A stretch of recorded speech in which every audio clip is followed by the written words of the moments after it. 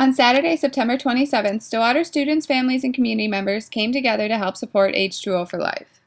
Participants walked 15 laps, holding 2 gallons of water each, around the track at Stillwater Junior High. I'm Linnea Colpet, and I'm in 9th grade, and I chose to do it because you can learn how other people have to walk with water every day. Their walk symbolized the journey for water that many South Sudanese women make every day. Patty Hall, president of H20 For Life, started the organization in her classroom 7 years ago. I had traveled to Kenya on many occasions, and I met a young man who sent me an email and told me that his community was desperate for water and their children were dying. I thought, I've got 800 students that are interested in learning things, introduced the project to the kids, and they raised $13,000 for water.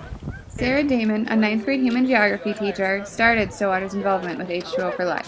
Started 5 years ago when I met Patty Hall from H20 For Life, and she suggested that our school become involved because we were hosting one of the Lost Boys of Sudan as a guest.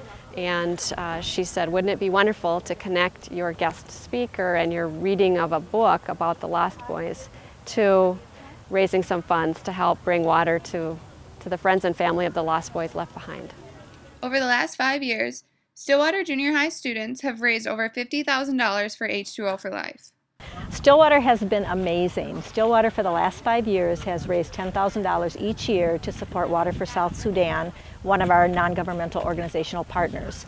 So our model works that we have students that raise half the funds needed for a project, and our NGO partner comes in with the other half of the funds, and they do that through investments from the local community, in-kind sources of labor, and in-kind sourcing of materials such as rock and sand, anything that they can bring to the table to make the project less expensive.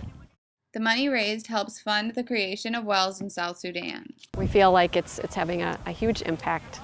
Every well services about 200 people for something like 20 years if it's maintained. Without these wells, South Sudanese people walk miles every day to get disease-infested water that often could result in death. Clean water is essential for life, and it's also essential for economic development. So if a village has no water, it's not possible for a school to be there, for a clinic to be there. So when we're bringing water, we're not just bringing water in and of itself, we're bringing the opportunity for a better life for people, the opportunity for education, the opportunity for small business, all sorts of things.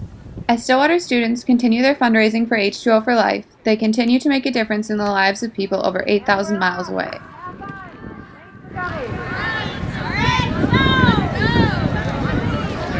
This is Sabrina Storms with the Pony Express.